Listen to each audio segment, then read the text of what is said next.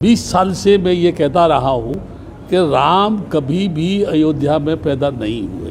दूसरा प्रश्न मेरा ये है, क्या अदालत में कभी भी रामलला हाजिर हुए? क्या रामलला के नाम से वारंट इशू किया गया? क्या रामलला को नोटिस दिया गया?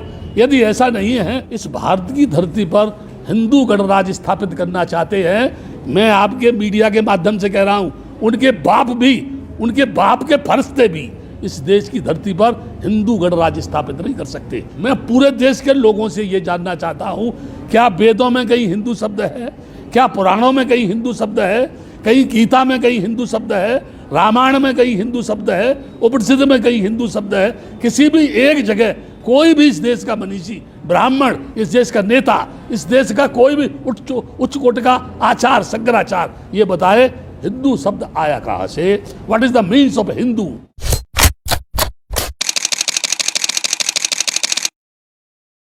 उसकी जो मूल लड़ाई थी अयोध्या की, वो मूल लड़ाई का जो आधार था वो ये था कि who is the real owner of this land, यानी वो बाबरी मस्जिद है अथवा राम की जन्मभूमि है।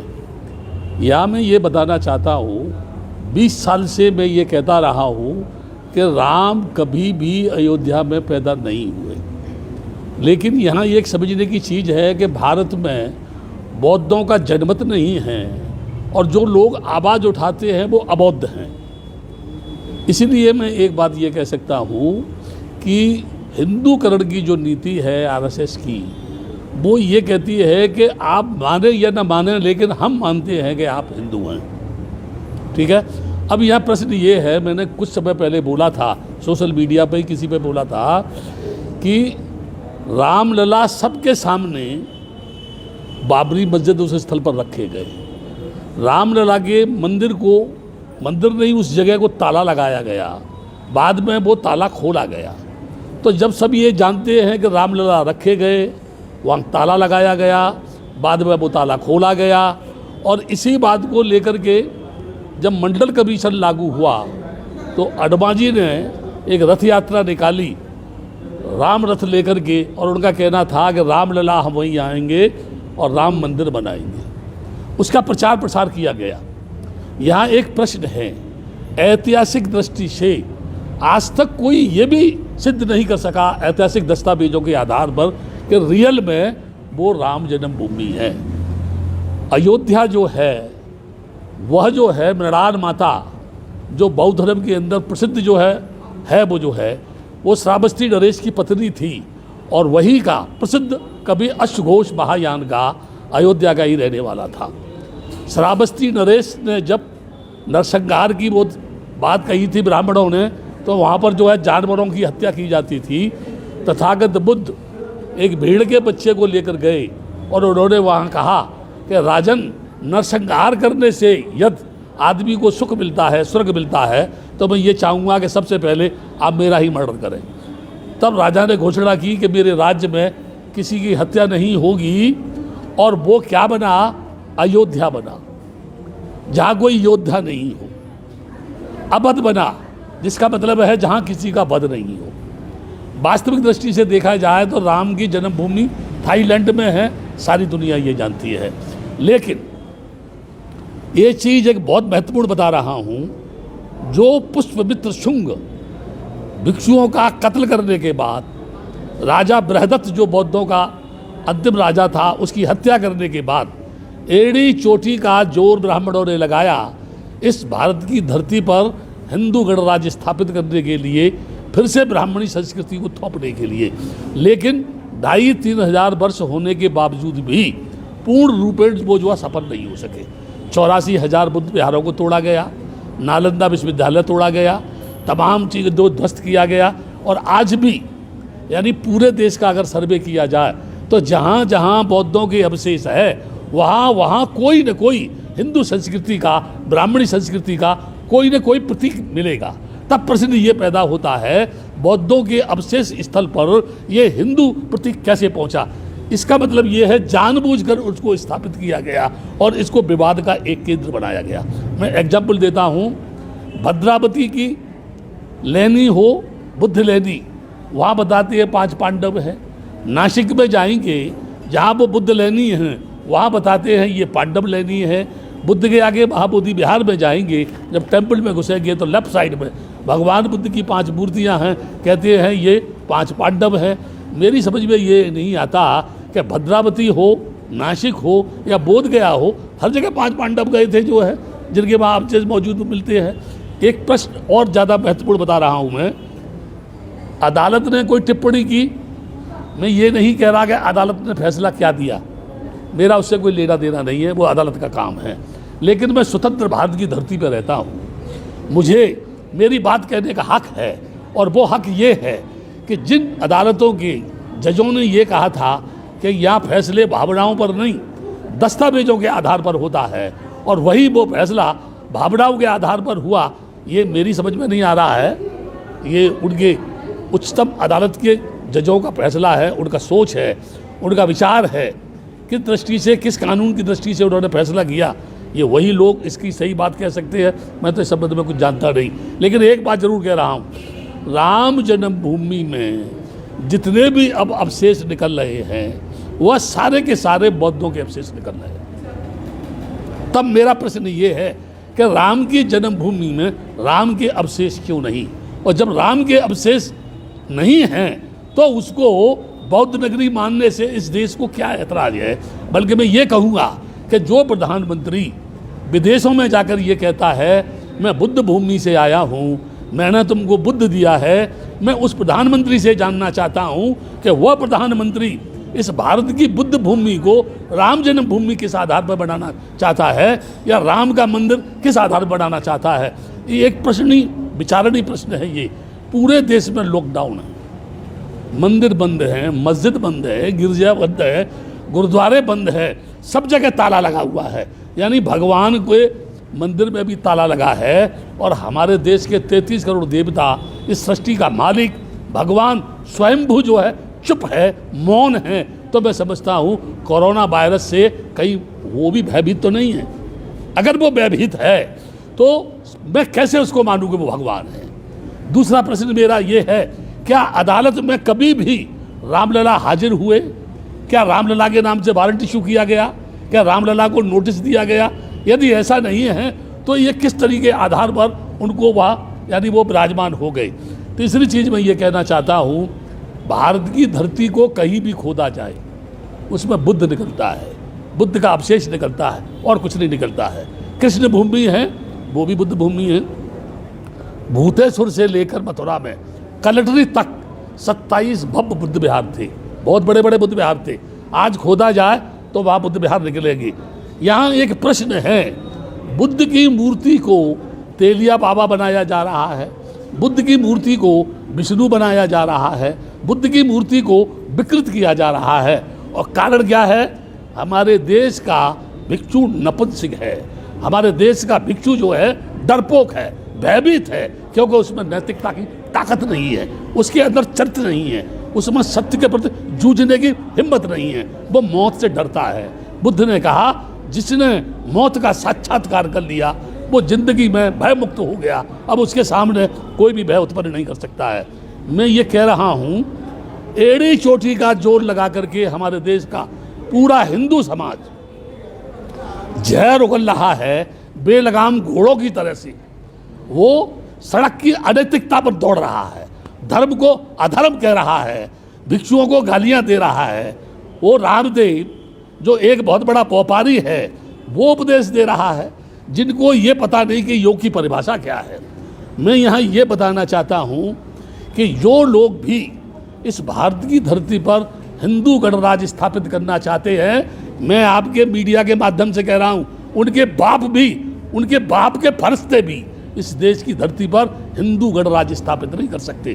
क्योंकि जब ये देश आज़ाद हुआ, अंग्रेज़ों से जब एग्रीमेंट हुआ, तब डेमोक्रेसी के आधार पर यह देश आज़ाद हुआ, लोकतंत्र के आधार पर यह देश आज़ाद हुआ, धर्मनिरपेक्षता के आधार पर यह हुआ।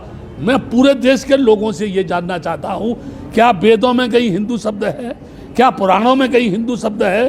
कहीं गीता में कहीं हिंदू शब्द है? रामायण में कहीं हिंदू शब्द है? उपनिषद में कहीं हिंदू शब्द है?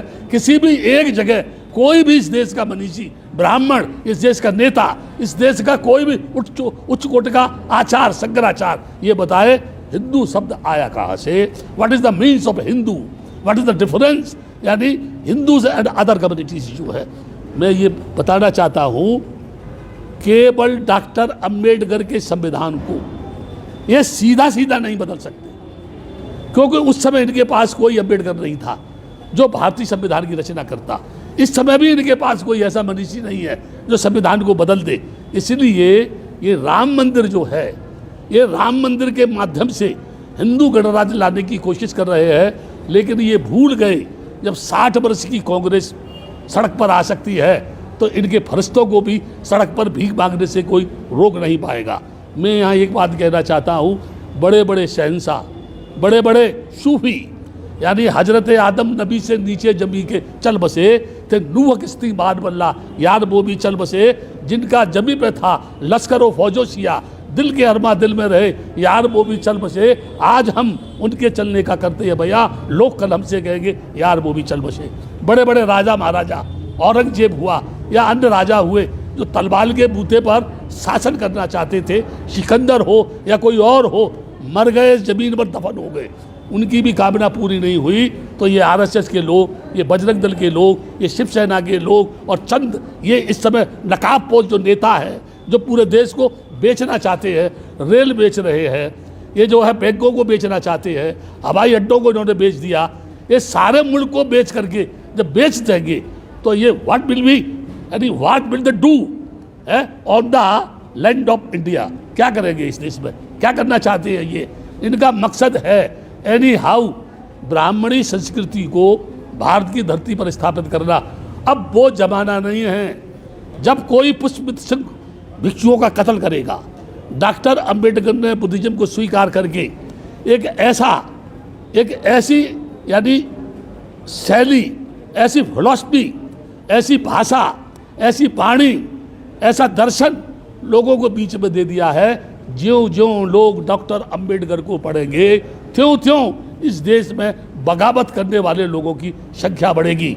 सच को कहना अगर देशद्रोही की श्रेणी में आता है, ब्राह्मणवाद की सच बात कहना अगर देशद्रोही की श्रेणी में आता है, तो मैं देश के लोगों से कहूँगा मुझे किसी भी चौराहे पर खड़ा करके फांसी लगा दो, मुझे कोई आपत्ति नहीं है, लेकिन मेरे मरने के बाद भी मेरे जिस्म का एक एक कण ये बोलेगा ये बुद्ध भूमि है, ये बुद्ध भूमि है, ये बुद्ध भूमि है, ये राम जन्म भूमि नहीं है। अगर कोई ये कहता है कि राम जन्म भूमि है तो मुझे बताए राम का जन्म कैसे हुआ, वो कौन थे जिन्होंने चावल दिए थे, उन रानियों के संतान किससे पैदा हुई, मुझे लोग ये बताएं क्या गोबर से गोरखनाथ होते हैं, क्या मकड़ी के पेट से मकरध्वज होते हैं, क्या यहाँ यानी घास से आदमी पैदा होता है। अगर पहले होता था तो इस सदी में कहीं ना कहीं तो गोबर से कोई बच्चा पैदा होना चाहिए, कहीं ना कहीं मकड़ी के पेट में से तो कोई पैदा होना चाहिए। ये झूठे, ये बेईमान, ये बदमाश, ये गुंडे, ये लफंगे इस देश की नैतिकता का तहस नहस करके फिर से इस देश को गुलाम बनाने की ओर ले जाना चाहते हैं, जो कभी भी संभव नहीं है, कभी भी इनकी भावना पूरी नहीं होगी। बुद्ध ने कहा पहले अपने आप को जीतो, उसके बाद दूसरे की जीतने की बात करो।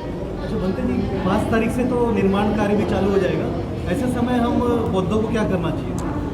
कोई भी बौद्ध इस समय पर कोई भी कदम उठाएगा, लॉकडाउन का मतलब क्या आप जानते हैं? लॉकडाउन का मतलब ये है समूह में लोग नहीं जाएंगे, गाड़ियां बंद, रेल बंद, बस बंद। बौद्ध क्या करेंगे?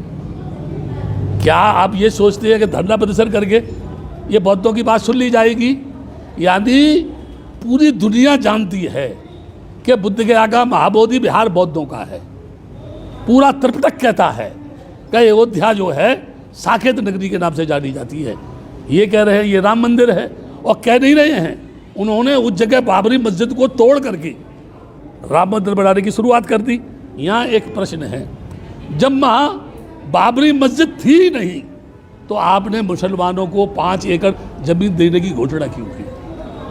क्या आप उनको खुश करना चाहते हैं? और फिर ये अभी रक्षाबंधन आ रहा है, उसके साथ साथ ईद आ रही है, और ये 27 से फिर यानी 5 तारीख तक लॉकडाउन करेंगे।